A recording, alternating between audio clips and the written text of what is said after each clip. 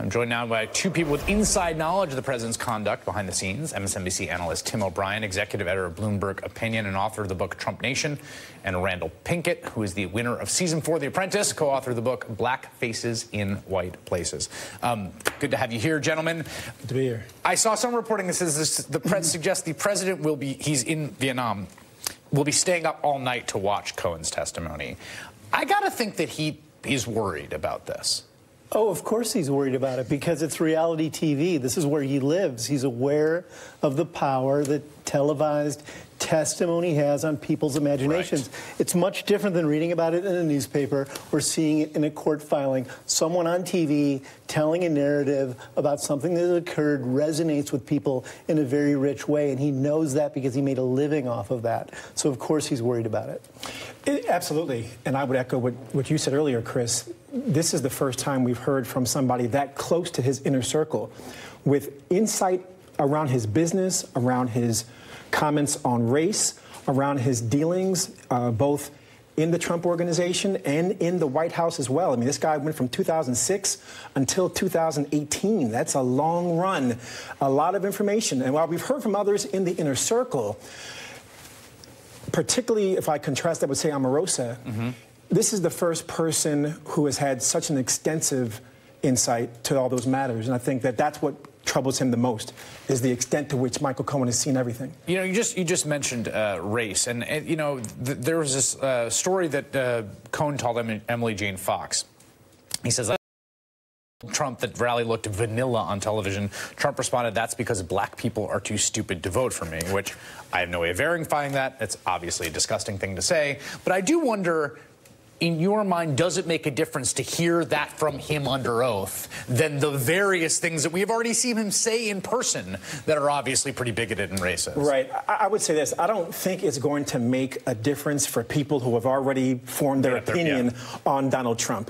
What it might influence, though, is for people who are in his inner circle. The thing I've learned from Omarosa and from Michael Cohen is this sense that I should have done more while I was in the Trump inner circle. And it might have someone say to themselves, you know, I'm hearing the same things that Cohen heard. Right. I'm seeing the same shady behaviors. Maybe I need to think differently about my role as well. Or maybe I should be worried because I might end up in the same place Michael Cohen's going. So of all the reporting that we've gotten, right, so clearly there's, you know, people close to Cohen have been talking to reporters about what he's going to say. This is the thing that blows my mind. And this is apparently what the curtain's up on tomorrow.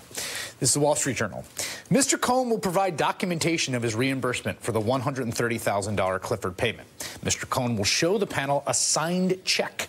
Mr. Trump signed some of the checks reimbursing Mr. Cohen, which Mr. Cohen began receiving after Mr. Trump took office, according to another person familiar with the payments.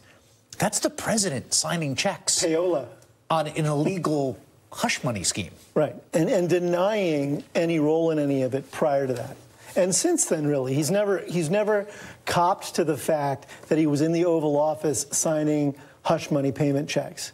And it really, you know, it speaks to how flagrant the corruption in this administration is. This is the most financially conflicted administration in the modern presidency. We know that already. The families refuse to separate themselves from their business interests and everything else. But this goes beyond that. This is Trump reaching into his personal checking account, by the way.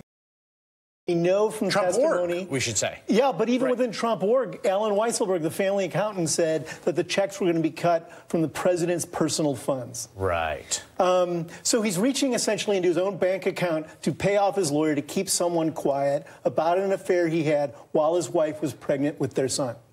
It also makes you wonder, like, what other checks is he signing during this? The guy's the president. He's sitting in the White House with, like, what? Weisselberg brings in the checkbook, and he's, I mean, for the love of God. Well, I think it's the tip of the iceberg.